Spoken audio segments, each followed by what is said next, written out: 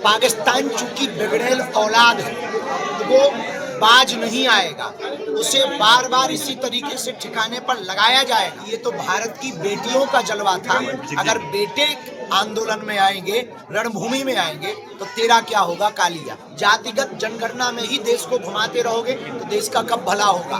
कास्टवाद से ऊपर उठ करके राष्ट्रवाद पर देश को पहुंचना चाहिए। अपने निजी झंडे, पार्टी के झंडे से ऊपर उठकर तिरंगे की आन बान शान के लिए जीना चाहिए। देश में सिर्फ दो जातियां चाहते हैं, एक अमीर की, एक गरीब की, ताकि गरीबों का डेवलपमेंट हो, देश की शिक्षा पर काम हो, देश के स्वास्थ्य पर काम हो। मुजफ्फरपुर की यह नगरी जहां गरीबनाथ बाबा गरीबनाथ महादेव विराजमान है, हर सावन को कांवड़िया आकर के जल चढ़ाते हैं। अद्भुत भूमि है। आज का देरी का कर्जा हम कथा कह करके चुकाएंगे। हम ये वचन दे रहे हैं, अगले साल कथा करने आएंगे। सबकी अर्जी लगेगी, सामूहिक अर्जी तो लगेगी ही लगेगी। इस न्यूज के प्रायोजक है अफजल फर्नीचर। मुजफ्फरपुर पहुंचे बाबा बागेश्वर धाम धीरेन्द्र शास्त्री से आतंकवाद के खिलाफ ऑपरेशन सिंदूर पर पूछे गए सवाल पर उन्होंने बड़ा बयान देते हुए पाकिस्तान को बिगड़ी औलाद बताया। उन्होंने कहा कि पाकिस्तान अपनी हरकतों से बाज नहीं आएगा, इसलिए बार बार उसे ठिकाने लगाया जाएगा। ऑपरेशन सिंदूर तो भारत के बेटियों का जलवा था। यदि भारत के बेटे रणभूमि में आएंगे तो तेरा क्या होगा कालिया। उन्होंने जातिगत जनगणना पर भी कटाक्ष किया और कहा कि कास्टवाद से ऊपर राष्ट्रवाद होना चाहिए। देश में पार्टी के झंडे से ऊपर उठकर तिरंगे के आन बान शान के लिए जीना चाहिए। उन्होंने कहा कि देश में सिर्फ दो जातियां चाहते हैं, एक अमीर की और दूसरा गरीब की, ताकि गरीबों का डेवलपमेंट हो, देश की शिक्षा और स्वास्थ्य पर काम हो। आपको बता दें कि मंगलवार को मुजफ्फरपुर के पताही चौसीमा मधुबनी में आयोजित विष्णु महायज्ञ में रात करीब 10 बजे पहुंचे बागेश्वर धाम धीरेन्द्र शास्त्री ने अपने संबोधन की शुरुआत भोजपुरी में की। उन्होंने लोगों से कहा कि का हाल बा। इस संबोधन से लोग तालियां बजाया और जय बाबा बागेश्वर धाम सरकार की नारा लगाते हुए धीरेन्द्र शास्त्री ने भक्तों में उत्साह भरने का काम किया। बाबा बागेश्वर के दर्शन के लिए भक्तों का अपार जन सैलाब उमड़ा रहा। आपको बता दें कि बिहार के कई जिलों से भक्तों का जन सैलाब दर्शन के लिए यहां पहुंचा था। बाबा बागेश्वर ने अपने संबोधन में कहा कि मुजफ्फरपुर की यह नगरी जहां बाबा गरीबनाथ विराजमान हैं, अद्भुत भूमि है। धन्य है मुजफ्फरपुर वाले, तुम्हारे धैर्य की जय हो। बालाजी की कृपा सभी को अवश्य मिलेगी। उन्होंने कहा कि आज की देरी का कर्ज चुकाने अगले वर्ष हम आएंगे और 3 दिन यहाँ रुकेंगे, कथा करेंगे। आपको बता दें कि सुबह से ही भक्तों का आने का सिलसिला जारी था, जो देर रात तक चलता रहा। बाबा बागेश्वर को शाम 6 बजे कथा स्थल पहुँचने का समय था, जिसको लेकर शाम 5 बजे तक लगभग 50,000 लोग पहुंच चुके थे। हालांकि इस बीच एक वीडियो जारी करके सूचना दिया गया कि बाबा बागेश्वर रात 9 बजे पहुंचेंगे। इसके बावजूद भक्तों में उत्साह की कोई कमी नहीं दिखी। भक्तगण कथा स्थल पर डटे रहे। रात करीब 10 बजे बाबा का आगमन हुआ। उनके आने के साथ ही भक्तों में और अधिक ऊर्जा बढ़ गई। बाबा ने कहा कि इस देरी का कर्ज अगले वर्ष यहां आकर चुकाएंगे। उन्होंने कहा कि हिंदू राष्ट्र बनाने के लिए फिर से हम अपनी यात्रा को शुरू करने का संकल्प लिए हैं।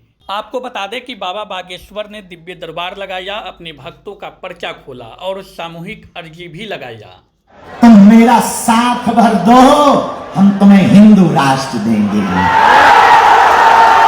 हम फिर से पदयात्रा करने का संकल्प लेकर निकल रहे हैं और एक वचन और देते हैं मुजफ्फरपुर वालों, आप लोगों ने बहुत इंतजार किया, बहुत धैर्य रखा। धन्य है आपकी भक्ति, धन्य है आपका प्रेम, धन्य है आपका समर्पण। हम अपने बालाजी, जिन बालाजी की कृपा से हम जी रहे, 3 पीढ़ियों से जहां दरबार लग रहा, कलयुग में 3 जगह हनुमान जी बालाजी के रूप में बैठे हैं। सालासर बालाजी, मेहंदीपुर बालाजी, मध्य प्रदेश के छतरपुर जिले के गड़ा ग्राम में बागेश्वर बालाजी।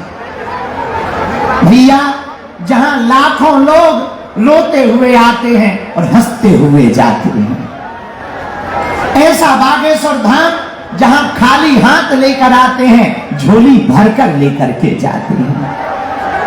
जहां मंगलवार और शनिवार को पेशी के लिए 1-1 लाख लोग दर्शन करने जाते, ऐसा बागेश्वर धाम जहां 6 वर्ष से अन्नपूर्णा भंडारा चल रहा, ऐसा बागेश्वर धाम जहां आजाद भारत में हिंदू राष्ट्र का झंडा फहरा रहा है। श्री विष्णु महायज्ञ प्रारंभ किया गया बाबा गरीबनाथ की भूमि में।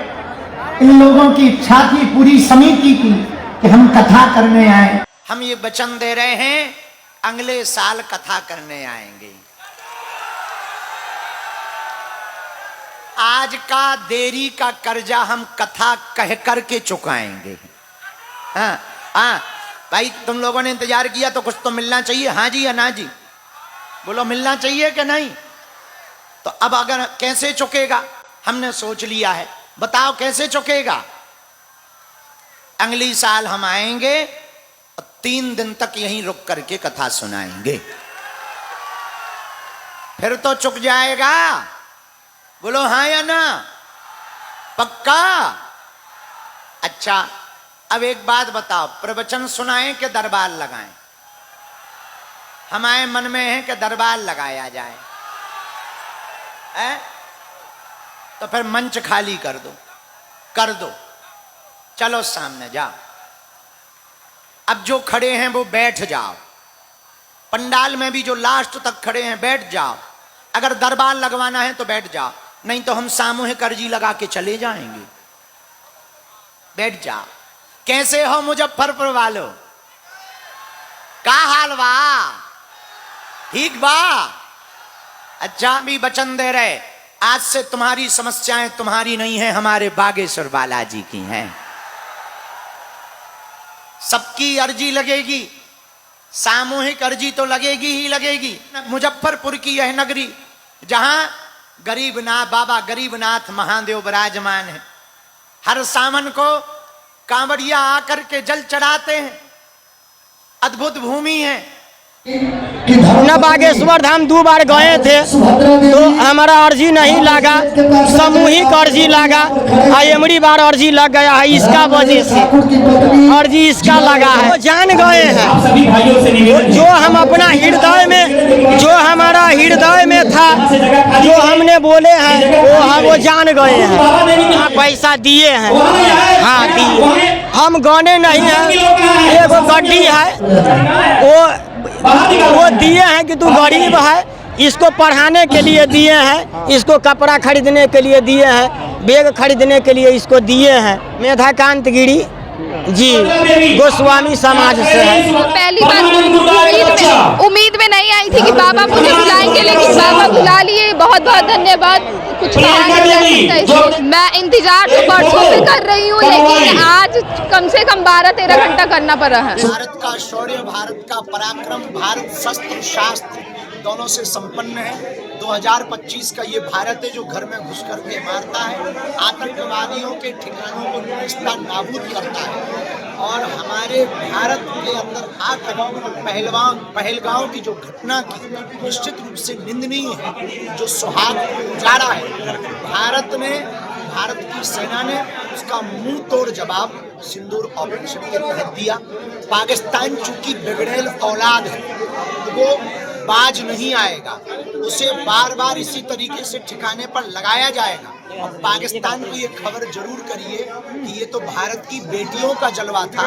अगर बेटे आंदोलन में आएंगे, रणभूमि में आएंगे, तो तेरा क्या होगा काली। इसमें जातिवाद की जनगणना तो चाहते हैं, पर हम देश में सिर्फ 2 जातियां चाहते हैं, एक अमीर की, एक गरीब की, ताकि गरीबों का डेवलपमेंट हो, देश की शिक्षा पर काम हो, देश के स्वास्थ्य पर काम हो।